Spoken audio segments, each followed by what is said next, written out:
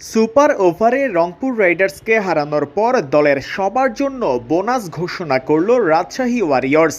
বিপিএলে বৃহস্পতিবারের দ্বিতীয় ম্যাচে সুপার ওভারে রংপুর রাইডার্সকে হারায় রাজশাহী। সুপার ওভারের খেলায় প্রথমে ব্যাটিং করতে নেমে এক ওভারে মাত্র 6 রান করে রংপুর।